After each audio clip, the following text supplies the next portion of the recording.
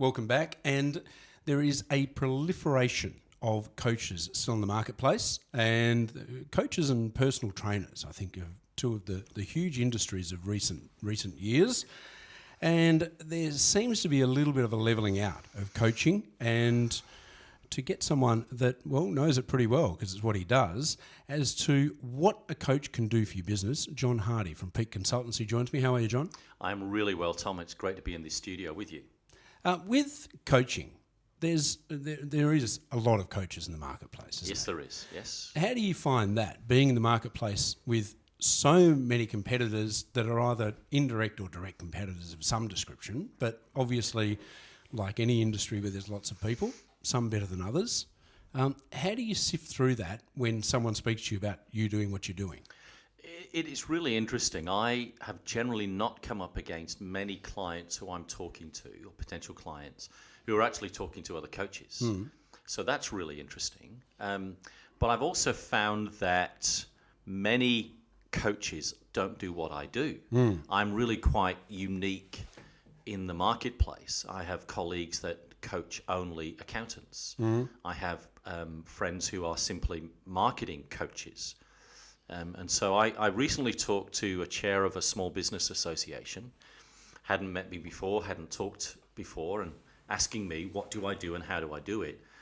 And he said, oh, that's really interesting, John. You're quite different. You actually can do quite a broad range of coaching and quite much more of a generalist across the scheme of coaching and business coaching rather than specializing in an area. So after 16 years in the industry as a business coach, I've coached a lot of industries, a lot of widgets, and a lot of different scaled businesses, from startups right through to large organizations, because it's about business principles. It's not necessarily, for me, about a particular type of widget.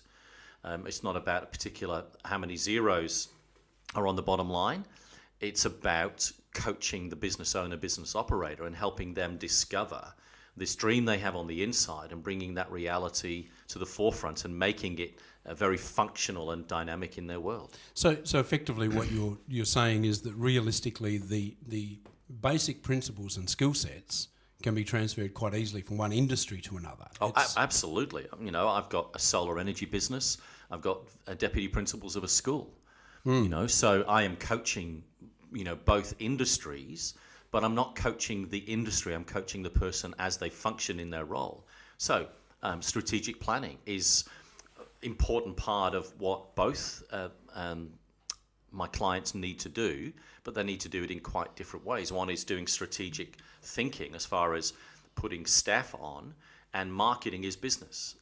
My principals are working on strategic planning as to the organizational plan and how they develop their staff and deliver those outcomes, and of course delivering really good outcomes for students so they get a great learning experience.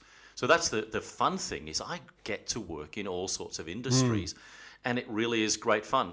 I've coached a winery business, you know, and it's great, you know. There's some benefits in that.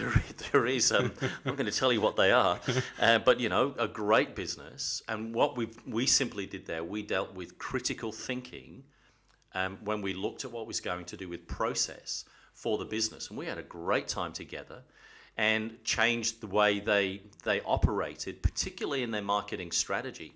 And one of the interesting things was they understood their marketing, and they realized this. They could do any marketing, email marketing, newsletter marketing, promotional marketing at any time, and they would get the same result.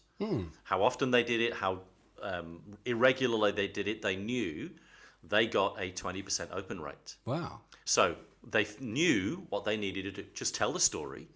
Out of their database, they'll get a 20% open rate, and they knew from that what that meant in generating sales or coming along to concerts or coming to visit. And so they knew how to then approach. So their key strategic strategy moving forward was simply grow their database. You have 1,000 at 20% is 200. You get 20,000, it's just a different game. So it was really simple. So doing that analysis is really powerful. One client I worked with in the security business measured their marketing and found 50% of all their transactions were coming from clients they already had and they didn't know. Oh, So yes. and so half the pie chart was current clients coming back, and they hadn't done anything to look after their clients except deliver a quality service, quality product, etc. And the clients loved what they did, and they just came back to them without asking. Which is a fascinating area, particularly in things like hospitality and retail, because whilst there is, just about every store now has its own loyalty program and Yes, everything they else. do. But from that point of view, there's still a huge void where businesses don't understand who their customers are. Oh, absolutely. Or what to do with them, or why they do or don't go there and don't come back, and all those sorts of things. Where that's got to be a massive opportunity for a business to sit down and actually do that analysis. Well, I talked recently to a business, and they discovered they had 4,000 people in their database and done zip with it.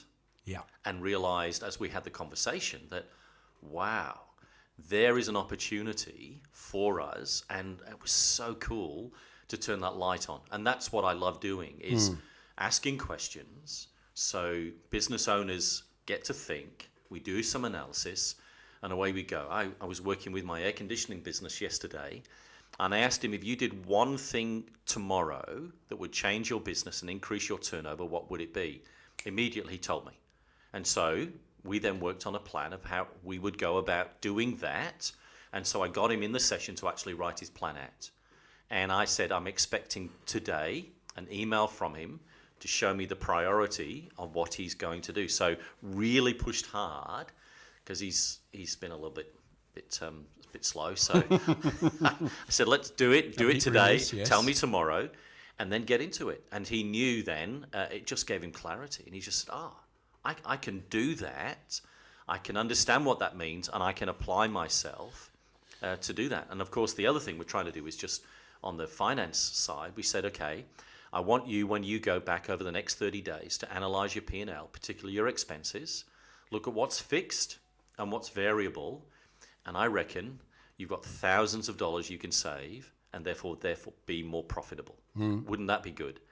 And of course he said, absolutely. So he's going to work on that, and he's going to bring the report to me and to show me what he's done and the monies that he's saved, simply by doing a simple exercise, which I call my 1% principle. You change something by 1%, it has a powerful impact on what you do, and can powerfully increase your profitability, and it's just so much fun to do. The challenges for a small business operator are wide and varied, because you're forever running around. You're trying to be all things to all people. You're trying to wear multiple hats, most of which you didn't realise you were signing up for when you started. That's right. You actually thought you were a such and such, and it turns out you're also a cleaner and a HR person and an accountant and a God knows what else. The challenge of that and the stress that goes with it, and then having to somehow step outside the business long enough to be able to look at it and do the old work on the business instead of in the business. Correct. How do you get people to do that?